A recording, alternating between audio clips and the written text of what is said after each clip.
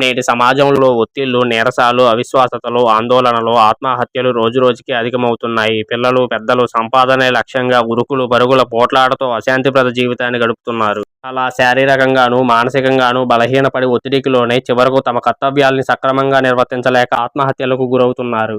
దీనికి పరిష్కారం ధ్యానమే. అసలు మానవుడికి ముఖ్యంగా కావాల్సింది శారీరకంగానూ, మానసికంగానూ ఆరోగ్యంగా జీవించడం. ప్రతిరోజు హాయిగా గడపాలి. ఈ రోజు గడిపిన జీవితం రేపటి రోజున గట్టి పునాదికి, అభివృద్ధికి తోడ్పడాలి. అప్పుడే ఈ జీవితానికి ఒక అర్థం ఉంటుంది. అయితే ఆనందం, ఆరోగ్యం అనేవి తన వెలుపల అంతర్గత స్థితి నియంత్రణలోనే ఉన్నాయన్న విషయం గ్రహించక డబ్బులోనే అంతా ఉందని వాటి కోసం బయట వెతుకుతున్నాడు మానవుడు. ధ్యానంలో క్రమమైన శ్వాస తీసుకోవడం ద్వారా మానవులు ఆందోళనకు, అశాంతికి గురిగారు.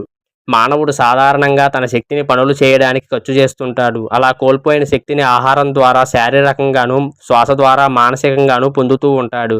అయితే శక్తిని పొందడానికి వనరుగా ఆహారం, శ్వాసతో పాటు ఇంకొకటి ఉంది. అదే ఈ విశ్వంలో ప్రవహించే విశ్వశక్తి, అంటే కాస్మిక్ ఎనర్జీ. ఈ కాస్మిక్ ఎనర్జీ ద్వారా శారీరకంగా, మానసికంగా అధిక శక్తిని పొందగలం. అయితే ఆలోచన లేని స్థితిలోనే మనిషి ఈ శక్తిని పొందేది. అంటే నిద్రలోనే ఈ శక్తిని పొందుతాడు. ఈ శక్తిని పొందాలంటే క్రమమైన శ్వాస, ఆలోచన రహిత స్థితి అవసరం. మనిషి ఈ శక్తిని ధ్యానంలోనే సాధించగలడు. సమతుల్య ఆహారంతో పాటు ఇలా ధ్యాన సాధన ప్రతిరోజు అభ్యసిస్తే మనిషి మానసికంగానూ, శారీరకంగానూ బలపడతాడు.